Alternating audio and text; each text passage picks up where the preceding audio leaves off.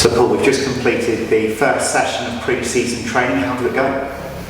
Well, it wasn't very tiring for me, that's for sure, but no, it went great. It's really lovely to see all the boys. I think it's been a long summer, as in the office, on the phone, all stuff that I don't particularly enjoy. So to get back out on the grass tonight was perfect. Because it has been a long summer, so much has happened here at Torquay United, hasn't it? So is this something you've been particularly looking forward to, having that first session up here at South Devon College? Yeah, I mean, it's important for many reasons. It's important for the new players to get to know each other. It's important for me to get to know them to get to know me, and my staff. It's important for fitness. It's important for philosophies and getting them to know the way I want to play.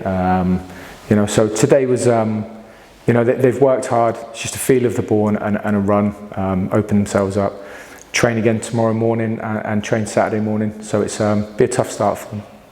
Now, some of these players will know Torquay United, some of these players will know Paul Wotton. How do they integrate with the new faces? Yeah, I think that's one of the areas. Pre-season's important for getting fit and for getting your views across and what you want to achieve this season, hopefully. But it's also key with signing so many new players, it's key for them to gel, to bond, to get to know each other. And I always found ultimately the way you get judged as a football player is on the football pitch. I'd like to think they're all good people because we've done our research on them. And like you said, I know some of them. But I think it's once you get out there and players actually go, he's a good player, or that's where you get judged from your peers. So it's important to get going as quick as possible. And thankfully tonight we've had our first session and a few more to come. But before you know it, it'll be August the 10th, and it'll be all guns blazing. And of course, it wasn't just yourself that was the new voice for the players today. There was Mike Edwards out there, your assistant. That must have been great to have him to call upon, a familiar face from where you're concerned. Yeah, definitely.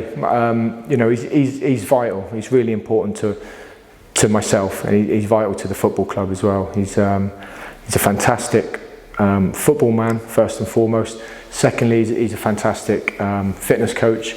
So the boys will be fit, but he's just an all-round good guy. He keeps me level because I can be a bit up and down, and he's very, very calming. So it's a good partnership. Just touching upon the squad and the team building that obviously hasn't quite finished yet. There's various areas that you've strengthened more than others. There's been a lot of work that's gone into the back line. Where are you actually looking to strengthen now, or is that a key to the formation you may be playing next season? Yeah, I mean, I wouldn't say we're top heavy with defenders. I would say we're done with defenders, that's for sure. There's I play a certain formation.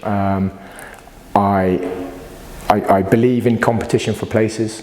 I don't believe that any player should come in and be comfortable and think they're going to start every single game. That's not beneficial to anyone. So trying to get two players for every position.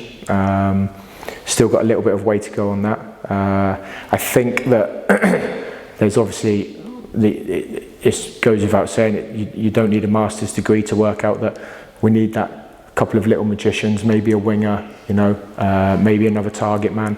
We know those positions that we need. I'm prepared to be very patient on that. The season doesn't start till August the 10th. Those players don't have to be here tonight for that session. What we have got at the minute is we've got a really solid, hard-working base group of players. Players who have been in the league, players who have been above the league. We're experienced. They'll be physically strong.